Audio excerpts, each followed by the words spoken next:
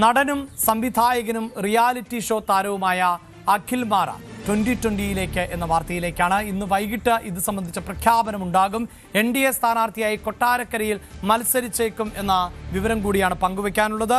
News ഡെസ്കിൽ നിന്ന് രഞ്ജിത്ത് രാമചന്ദ്രൻ ആണ് ചേരുന്നത്. രഞ്ജിത്ത്, കൊട്ടാരക്കരയിൽ അഖിൽ മാരാറിന്റെ പേര് നേരത്തെ തന്നെ കേട്ടിരുന്നു. അത് പക്ഷേ കോൺഗ്രസ് സ്ഥാനാർത്ഥിയായി മത്സരിക്കും എന്നതായിരുന്നു. ഇപ്പോഴിതാ NDAയുടെ സ്ഥാനാർത്ഥിയായി അഖിൽ മാര എത്തിയേക്കുമെന്ന വിവരമാണ് പങ്കുവെക്കുന്നത്. എന്താണ് അതിന് കാരണമെന്നാണ് മനസ്സിലാക്കാൻ സാധിക്കുന്നത്? അഭിലാഷ്, അഖിൽ കോട്ടാത്തല എന്ന പേരിൽ KSUവിൻ്റെ വലിയ സജീവ പ്രവർത്തകനായിരുന്നു അഖിൽ മാരാർ. താൻ KSUവിന് വേണ്ടി സ്ഥിരമായി അടികൊള്ളുന്ന ഒരു നേതാവ് കൂടിയായിരുന്നുവെന്ന് അഖിൽ പലപ്പോഴും നമ്മുടെ സംഭാഷണങ്ങളിലൊക്കെ പറഞ്ഞിട്ടുണ്ട്. ഉറച്ച കോൺഗ്രസ്സുകാരനാണ് എന്ന് വ്യക്തമാക്കിയിട്ടുണ്ട്. അഖിൽ UDF സ്ഥാനാർത്ഥിയായി കൊട്ടാരക്കരയിൽ മത്സരിക്കാൻ ആഗ്രഹിച്ചിരുന്നു. പ്രധാനപ്പെട്ട മുതിർന്ന നേതാക്കളെയൊക്കെ അഖിൽ കാണുകയും സംസാരിക്കുകയും തൻ്റെ ആഗ്രഹം പ്രകടിപ്പിക്കുകയും മറ്റും ചെയ്തിരുന്ന ഒരു സമയമുണ്ടായിരുന്നു.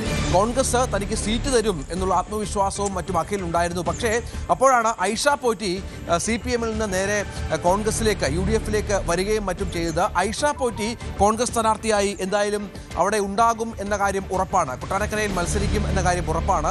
അപ്പോഴാണ് ഇത്തരത്തിൽ ഒരു സാധ്യത കൂടി അഖിൽ തേടിയത് എന്ന് വേണം മനസ്സിലാക്കാൻ. താനൊരു ദേശീയവാദിയാണ് എന്ന് അഖിൽ പലപ്പോഴും തന്റെ സുഹൃത്തുക്കളോടും മറ്റും പറയുന്നതായി നമ്മൾ കേട്ടിട്ടുണ്ട്.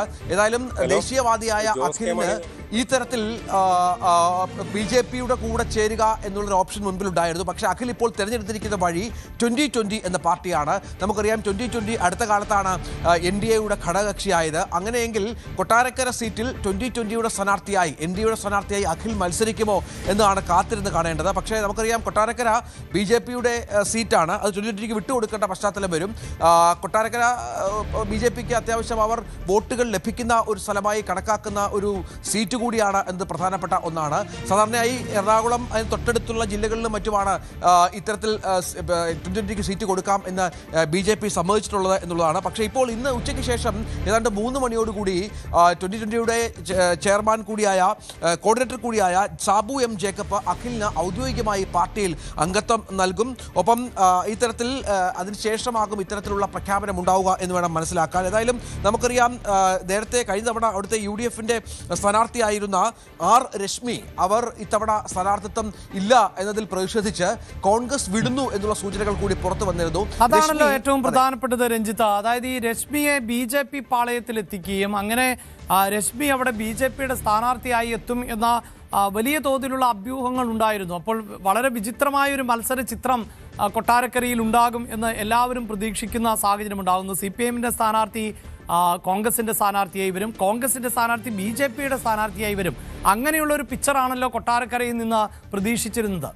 കഴിഞ്ഞ തവണ R രശ്മിയാണ് ബാലഗോപാലിനോട് കൊട്ടാരക്കരയിൽ മത്സരിച്ച് പരാജയപ്പെട്ടത്. ഇത്തവണയും തനിക്ക് സ്ഥാനാർത്ഥിത്വം കിട്ടും എന്ന് രശ്മിക്ക് ഏതാണ്ട് ഉറപ്പുണ്ടായിരുന്നു. പക്ഷെ അപ്പോഴാണ് ഈ അഖിൽ മാരാരെ പോലെ തന്നെ രശ്മിക്കും സ്ഥാനാർത്ഥിത്വം ഈ ഐഷ പോറ്റിയുടെ പേരിൽ നിഷേധിക്കപ്പെടുന്ന പശ്ചാത്തലമുണ്ടായത്. രശ്മി ഇതിന്റെ നീരസം കോൺഗ്രസ് നേതാക്കളെ അറിയിച്ചു. ഒപ്പം പറഞ്ഞ മറ്റൊരു പ്രധാനപ്പെട്ട കാര്യമുണ്ട്. സാമ്പത്തികമായി തനിക്ക് ചില ബാധ്യതകളുണ്ട് കഴിഞ്ഞ തെരഞ്ഞെടുപ്പുമായി ബന്ധപ്പെട്ട്. ആ ബാധ്യതകൾ വീട്ടിൽ തന്നാൽ, അതായത് ആ ബാധ്യതകൾ തീർത്തു തന്നാൽ മാത്രം താൻ ഈ പറഞ്ഞതുപോലെ മത്സരിക്കാതെ മാറി നിൽക്കാം, പാർട്ടി വിടില്ല എന്ന് പറഞ്ഞത്. അത് പക്ഷേ കോൺഗ്രസ് നേതാക്കൾ സമ്മതിച്ചില്ല. BJP-യോടും സമാനമായ ആവശ്യം രശ്മി ഉന്നയിച്ചു എന്നാണ് മനസ്സിലാക്കുന്നത്. ഇത്തരത്തിലുള്ള ആരോപണം അല്ലെങ്കിൽ ഇത്തരത്തിലുള്ള ആവശ്യം പുറത്ത് മാധ്യമങ്ങളിലൊക്കെ വലിയ ചർച്ചയായപ്പോൾ അത് അവിടുത്തെ BJP-യുടെ സാധ്യതകളെ ബാധിക്കും എന്നാണ് ഇപ്പോൾ BJP നേതൃത്വം കരുതുന്നത്. അതുകൊണ്ടാണ് കുറച്ചുകൂടി കൊട്ടാരക്കരക്കാരനായ അതായത് കൊട്ടാരക്കരയിൽ നമുക്കറിയാം അഖിൽ, അത് അവിടെ കൊട്ടാരക്കര സ്വദേശി തന്നെയാണ് അഖിൽ, തൊട്ടടുത്ത പ്രദേശത്ത് താമസിക്കുന്ന ആൾ കൂടിയാണ്. ഈ അഖിൽ അത്തരത്തിൽ സ്ഥാനാർത്ഥിയായി വന്നാൽ അവിടെ കുറച്ച് വോട്ടുകൾ സമാഹരിക്കാം എന്നും നല്ല തോതിൽ ഒരു പ്രവർത്തനം നടത്താമെന്നും കരുതുന്നു. അതുകൊണ്ടാണ് അഖിലിന് കൂടുതൽ സാധ്യതകളുള്ളത്. പക്ഷേ അതിന് മുൻപിൽ ഒരുപാട് കടമ്പകളുണ്ട് അഭിലാഷ്. ഈ 2020ക്ക് ആ സീറ്റ് വിട്ടുകൊടുക്കാൻ BJP തയ്യാറാകേണ്ട പശ്ചാത്തലമുണ്ട്. ഒപ്പം അഖിൽ മാരാരെ സ്ഥാനാർത്ഥിയാക്കാൻ, കാരണം നമുക്കറിയാം അത് വലിയ പ്രതിസന്ധി സൃഷ്ടിക്കുമോ രഞ്ജിത്ത്? കാരണം കൊട്ടാരക്കര എന്നത് അങ്ങനെ വലിയ പ്രതീക്ഷയൊന്നും BJPക്ക് പുലർത്താൻ പറ്റുന്ന ഒരു സാഹചര്യമല്ലല്ലോ ഉള്ളത്. അവിടെ രണ്ട് കരുത്തരാണ് ഇടതു വലതു മുന്നണികളുടെ സ്ഥാനാർത്ഥികളായി എത്താൻ പോകുന്നത് എന്നത് വ്യക്തമാണല്ലോ. തീർച്ചയായും കോട്ടാത്തല സ്വദേശിയാണ് അഖിൽ, അവിടെ നാട്ടുകാരനാണ്. അത്യാവശ്യം ആളുകൾക്കൊക്കെ ഇടയിൽ അറിയാവുന്ന, നമുക്കറിയാം അടുത്ത കാലത്തെ റിയാലിറ്റി ഷോയിലൂടെയും സിനിമാ സംവിധായകനായും നടനായും സിനിമാ ക്രിക്കറ്റ് ലീഗുമായൊക്കെ ബന്ധപ്പെട്ട് ഏറെ പ്രശസ്തനാണ്. അപ്പോൾ അഖിലിൻ്റെ ഈ പ്രശസ്തി ഉപയോഗപ്പെടുത്താമെന്ന് BJP തീരുമാനിച്ചാൽ 2020 സ്ഥാനാർത്ഥിയായി പോലും അഖിലിനെ അവിടെ പരിഗണിക്കാനുള്ള സാധ്യതകൾ വിദൂരമല്ല. ഏതായാലും ഇന്ന് ഉച്ചയ്ക്ക് ശേഷം വാർത്താ സമ്മേളനം ഉണ്ടാകും സാബു M. ജേക്കബിന്റെ. അതിൽ ഈ പാർട്ടിയിലേക്ക് പ്രവേശനം ഡിക്ലെയർ ചെയ്യപ്പെടും. അവിടെ രഞ്ജിത്ത്, നമുക്കറിയാം ഈ സോഷ്യൽ മീഡിയയിൽ വലിയ സജീവമാണ് അഖില്. പലപ്പോഴും കോൺഗ്രസിന് അനുകൂലമാകുന്ന തരത്തിലുള്ള സോഷ്യൽ മീഡിയ പോസ്റ്റുകളും പ്രതികരണങ്ങളും നമുക്ക് കാണാൻ സാധിക്കാറുണ്ട്. ഒപ്പം BJPക്ക് എതിരാണ് എന്ന തലത്തിൽ അല്ലെങ്കിൽ കേന്ദ്ര സർക്കാരിനെ അടക്കം പലപ്പോഴും വിമർശിക്കുന്ന സാഹചര്യവുമുണ്ട്. അപ്പോഴും അത് അതിരൂക്ഷമായിരുന്നില്ല. CPM-നെയാണ് അധികവും രൂക്ഷമായി വിമർശിച്ച് നമ്മൾ കാണാറുള്ളത്. ഇവിടെ BJP-യിലേക്ക് വരുന്നു എന്നത് ഒരു പക്ഷേ തിരിച്ചടിയാകാം. അതുകൊണ്ട് തന്നെ 2020-യിലൂടെ NDA-യിലേക്ക് അങ്ങനെ ഒരു തന്ത്രപരമായ നീക്കമാണോ ഇപ്പോൾ അഖിലിൻ്റെ ഭാഗത്ത് നിന്ന് ഉണ്ടാകുന്നത്? അപ്പോൾ അവിടെ സ്ഥാനാർത്ഥിത്വത്തിലേക്ക് എത്തുക എന്നത് അങ്ങനെയെങ്കിൽ പ്രയാസം ഉണ്ടാകില്ലല്ലോ. കാരണം ഈ BJP-യെ വിമർശിക്കുന്ന ഒരാൾ പെട്ടെന്ന് BJP-യിലേക്ക് എത്തുന്നു എന്നൊരു പ്രവണത ഒഴിവാക്കുകയും ചെയ്യാമല്ലോ. തീർച്ചയായും. അതായത് ഈ നേരത്തെ അഭിലാഷ് പറഞ്ഞൊരു പ്രശ്നം അവിടെ കിടപ്പുണ്ട്. പലപ്പോഴും കേന്ദ്ര സർക്കാരിൻ്റെ ഒരു വിമർശകനായും BJP-യുടെ വിമർശകനായും ഒക്കെ കോൺഗ്രസിൻ്റെ ഒരു സൈബർ പോരാളിയായി നിലനിന്നിരുന്ന ആൾ കൂടിയാണ്. രമേശ് ചെന്നിത്തലയുമായി ഏറെ അടുപ്പം പുലർത്തിയിരുന്ന ഒരു നേതാവ് കൂടിയാണ്, ഒരു പ്രവർത്തകൻ കൂടിയാണ് അഖിൽ മാരാർ. കോൺഗ്രസിൽ സജീവമായി കോൺഗ്രസിലുണ്ടായിരുന്ന ഒരാൾ കൂടിയാണ്.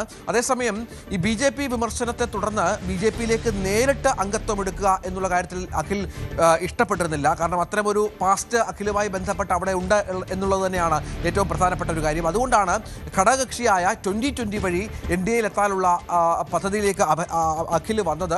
അത് നേതൃത്വത്തെ അറിയിക്കുകയും തുടർന്ന് ഇത്തരത്തിൽ ആ ഒരു സമ്മതം ലഭിക്കുകയും മറ്റുമായിരുന്നു. ഏതായാലും BJP-ക്കായി സ്വകാര്യ ഏജൻസി നടത്തിയ സർവേയിൽ കൊട്ടാരക്കരയിൽ അഖിൽ സ്ഥാനാർത്ഥിയാകുന്നത് ഉചിതമാണ് എന്നുള്ള വിലയിരുത്തലിലേക്ക് കൂടി പാർട്ടി നേതൃത്വം എത്തിയിട്ടുണ്ട് എന്നാണ് മനസ്സിലാക്കുന്നത്. അതുകൊണ്ട് തന്നെ അഖിലിന് സ്ഥാനാർത്ഥിത്വം അത്തരത്തിൽ ഏതാണ്ട് ഉറപ്പിക്കുന്ന മട്ടിലാണ് ഇപ്പോൾ കാര്യങ്ങൾ പോകുന്നത്. കഴിഞ്ഞ ഒരാഴ്ചയായാണ് അഖിൽ ഈ ചർച്ചകൾക്കൊക്കെ മുൻകൈ എടുത്തത്. അതിന് മുൻപ് കോൺഗ്രസ് നേതൃത്വവുമായും സമാനമായ ചർച്ചകൾ അഖിൽ നടത്തിയിരുന്നു എന്നാണ് മനസ്സിലാക്കുന്നത്. ജയിക്കാൻ സാധ്യതയുള്ള സീറ്റ് വേണ്ടെന്നും പാർട്ടി തോൽക്കുന്ന ഒരു സീറ്റ് മതി എന്നും മറ്റും അഖിൽ ആവശ്യപ്പെട്ടിരുന്നു എന്നാണ് മനസ്സിലാക്കുന്നത്. നേമം, ധർമ്മടം, ചടയമംഗലം എന്നീ സീറ്റുകളിൽ ഒന്നിൽ തന്നെ പരിഗണിക്കണം. കൊട്ടാരക്കര നഷ്ടപ്പെട്ടപ്പോൾ ഈ 3 ആവശ്യം അഖിൽ മുന്നോട്ട് വെച്ചു എന്നാണ് മനസ്സിലാക്കുന്നത്. അതേസമയം ഈ ആവശ്യത്തോട് കോൺഗ്രസ് കാര്യമായ പ്രതികരണം നടത്തിയില്ല. ഇതിനിടയിലാണ് ഇത്തരത്തിൽ ചില ചർച്ചകളിലേക്ക് അഖിൽ മാരാർ കടക്കുകയും തുടർന്നിപ്പോൾ 2020-യിൽ ചേരാൻ പോവുകയും ചെയ്തത്. ഏതായാലും നമുക്കറിയാം ഈ നിയമസഭാ തെരഞ്ഞെടുപ്പ് നിരവധി കൂറുമാറ്റങ്ങളുടെയും പാർട്ടി മാറ്റങ്ങളുടെയും ട്വിസ്റ്റുകളുടെയും ഒക്കെ സമയമാണ്. ഇതിനിടയിലാണ് ഒരു സെലിബ്രിറ്റി സ്റ്റാറ്റസ് കൂടിയുള്ള അഖിൽ മാരാർ ഇത്തരത്തിൽ 2020-യിലേക്ക് പോകുന്നത് എന്നതും ശ്രദ്ധേയമാണ്. അഭിലാഷ്, 2020-യിലൂടെ NDA സ്ഥാനാർത്ഥിയായി കൊട്ടാരക്കരയിലേക്ക് അഖിൽ മാരാർ എത്തും എന്നതാണ്. ഇന്ന് തന്നെ 2020-യിൽ അംഗത്വമെടുക്കുകയും അതിന് പിന്നാലെ സ്ഥാനാർത്ഥി പ്രഖ്യാപനം ഉണ്ടാകുമെന്നുമാണ് പ്രതീക്ഷിക്കേണ്ടത്.